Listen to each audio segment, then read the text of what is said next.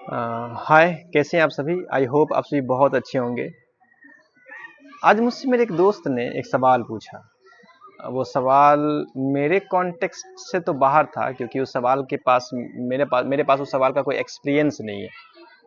लेकिन उसने जो सवाल कहा वो सवाल बिल्कुल जेन्यून था, बेहतर सवाल था आज के जीवन के लाइफ को देखते हुए। वो सवाल ये था, उसने कहा कि दोस्त ये बताओ कि एक बेहतर जीवन जीने के लिए, एक बेहतर वैवाहिक जीवन जीने के लिए इंसान को किन बातों पर ध्यान रखना चाहिए, किन बातों को अपने माइंड में रखना चाहिए ताकि उसका लाइफ जो है, वैवाहिक जीवन, मैरिड लाइफ जो है वो आसान हो, इजी हो। प्रॉब्लम्स तो हो लेकिन कई सारे प्रॉब्लम्स से वो बच जाए। क्या करना चाहिए उसके लिए? तो ये सवाल जो है वो मेरे कॉन्टेक्स्ट से बिल्कुल बाहर है, क्योंकि अभी तक मेरे पास इसका अनुभव नहीं है। लेकिन सवाल में दम तो है, बात तो सही है। तो जो मैं समझता हूँ, जो मैंने एक्सपीरियंस किया है, जो मैंने सीखा है, जो मैंने देखा है लोगों को, जो मैंने ऑब्जर्व किया है, तो मैं ऑब्जर्व करने के बाद मुझे ये लगा कि अगर कुछ बातों पर इंसान ध्यान रखे, उन चीज़ों को अपने अंदर रखे, उसको अपने ऊपर अप्लाई करे, तो उसका लाइफ जो है, नॉर्मल लाइफ भी और वैवाहिक लाइफ भी बेहतर हो सकता है। उसमें पहली बात जो है, जो फर्स्ट थिंग्स है, जो अकॉर्डिंग टू मी जो फर्स्ट थिंग्स है वो है बर्दाश्त। बर्दाश्त करना इंसान को सीखना चाहिए।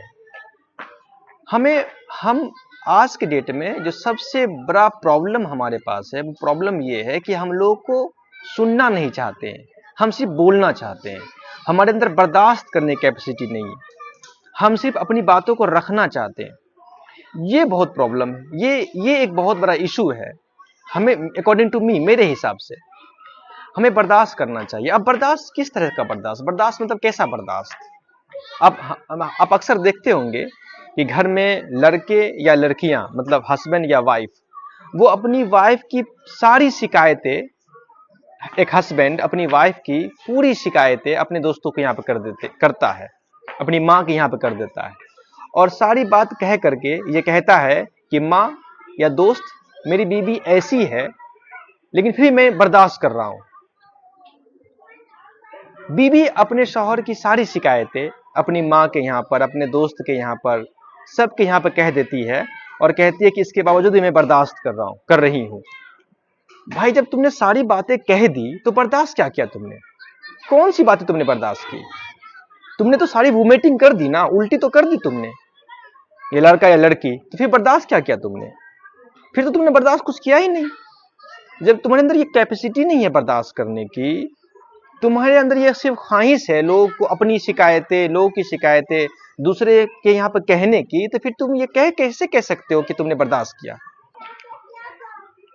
तो बर्दाश्त का मतलब क्या होता है? बर्दाश्त का मतलब है कि सारी प्रॉब्लम्स तो है, इस बात से बिल्कुल इग्नोर नहीं किया जा सकता है कि प्रॉब्लम्स तो है, लेकिन उन तमाम प्रॉब्लम्स को हम अपने एक दूसरे के साथ शेयर कर सकते हैं, उस पर बात कर सकते हैं, खुद को समझा सकते हैं, उसको समझा सकते हैं, सिवाय पूरी की पूरी शिकायत दूसरे के यहां पर करने के बजाय अब खुद में बात कर सकते हैं हम।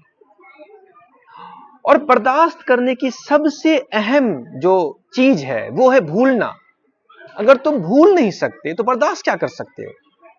तो मेरे हिसाब से तो मुझे तो ये लगता है कि अगर कोई प्रॉब्लम है तो हम उस पर बैठ के बात कर सकते हैं, और जो चीज हो गई है उसको भूल जाएं। बर्दाश्त तो इसका नाम है, बर्दाश्त तो भूलने का नाम है। बर्दाश्त शिकायत करने का नाम नहीं है, बर्दाश्त भूलने का नाम है। तो ये बात जब तक हमें समझ में नहीं आएगी, तब तक हम कैसे कह सकते हैं, तब तक हमारी जिंदगी बेहतर कैसे हो सकती है?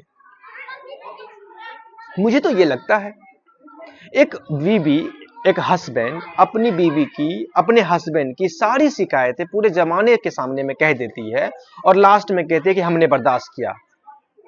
भाई, कैसा बर्दाश्त है ये? तुम तो सारी बातें कह दी, फिर बर्दाश्त क्या किया तुमने?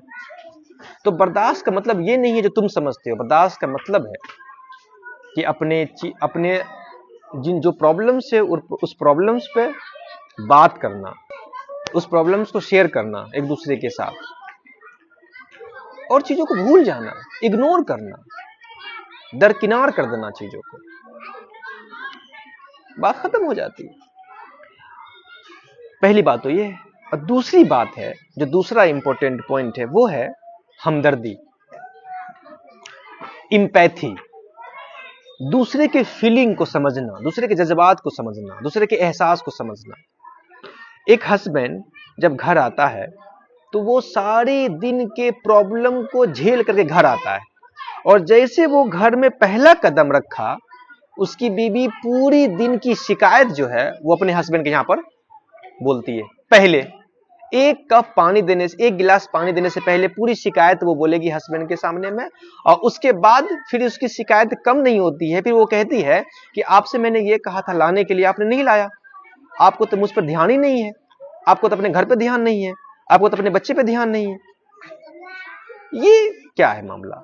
अब देखो तो सही कि आपके हस्बैंड जो सुबह से शाम तक जो जलील होकर के घर के बाहर से घर आया है, तो पहले उसको समझो तो सही, बैठाओ तो सही, उसके अंदर थोड़ा सा हमदर्दी तो रखो, थोड़ा इंपैथी तो रखो, उससे एक गिलास पानी तो पूछो, फिर जो कहना है वो कहो। और ये बात मर्द के साथ भी है। मर्द को लगता है कि औरत का कोई काम ही नहीं है, मर्द को यह एहसास होता है कि औरत के पास कोई काम नहीं है।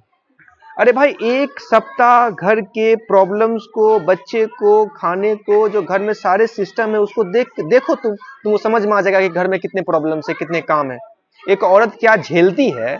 एक महीना उसको झेल के देखो, तब समझ में आ जाएगा कि आपको एक औरत क्या किस प्रॉब्लम से गुजरती है। तो जब तक हमारे पास एक दूसरे के प्रति हमदर्दी नहीं होगा, इंपैथी नहीं होगा, तब तक ये प्रॉब्लम सॉल्व नहीं होगा, तब तक इश्यूज, प्रॉब्लम्स, परेशानियां जो है वो कम नहीं हो सकती है।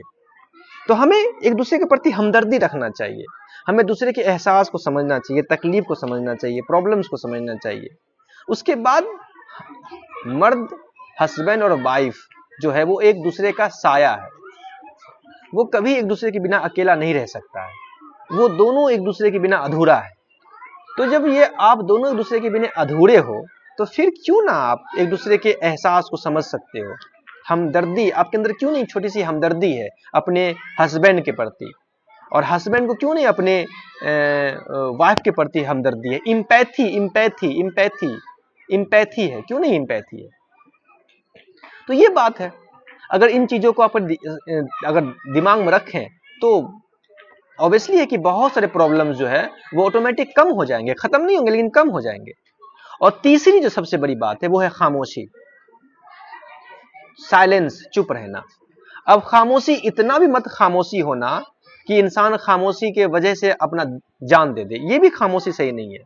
लेकिन बहुत ऐसी जगह है जहां हमें चुप रहना बेहतर है। बोलने से अच्छा है कि वहां अगर हम चुप रहें तो बहुत सारे झगड़े, बहुत सारे प्रॉब्लम्स, बहुत सारे इश्यूज जो है वो ऑटोमेटिक खत्म हो जाते हैं। हमें प्रॉब्लम क्या है कि हमें बोलने सुनने से ज्यादा बोलने का जुनून चढ़ा हुआ है, हम सुनना नहीं चाहते हैं।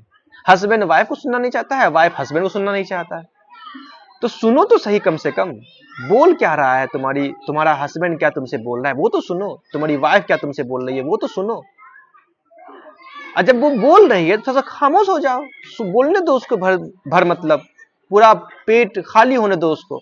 जब वो पूरी बात बोल ले तब उसको प्रतिक्रिया दो। यहां तो वो बात है नहीं, यहां है कि मैं कितना से ज्यादा बोल सकती हूं या बोल सकता हूं, खामोशी का तो नामो निशान नहीं है। तो तीसरी जो सबसे बड़ी जो इंपॉर्टेंट पॉइंट है मेरे हिसाब से वो है खामोशी। इंसान को कहीं कहीं चुप रहना चाहिए, खामोश रहना चाहिए, ताकि हम दूसरे की बातों को सुन सके। मैं बताऊं ना, एक जो मैं समझता हूं वो ये बात है कि बहुत सारी बातें ऐसी है जो चुप रह करके सुनने से भी खत्म हो जाती है। बहुत सारे प्रॉब्लम्स, बहुत सारी लड़ाई, बहुत से झगड़े सिर्फ सुनने से खत्म हो जाती है। तो कम से कम ये जो स्किल्स है वो हमारे पास होनी चाहिए कि हम लोगों को सुने, अपने आसपास के लोग को सुने, अपनी बीवी को सुने, अपने हस्बैंड को सुने। तो मेरे हिसाब से अगर इन चीजों को अगर इंसान ध्यान में रखे तो हो सकता है कि बहुत सारे प्रॉब्लम जो हैं, बहुत सारे इश्यूज जो हैं वो इंसान के आपसी तालमेल जो है वो बेहतर होंगे, बहुत सारे इशू जो है वो इंसान के कम हो जाएंगे। बाकी आप बेहतर जानते हैं, मुझे जो लगा मैंने उसे समझाया, बाकी आप बताएंगे कि क्या मैंने सही कहा या गलत कहा। ठीक है, मिलते हैं किसी नेक्स्ट वीडियो में, तब तक के लिए अपना ख्याल रखें। Okay bye.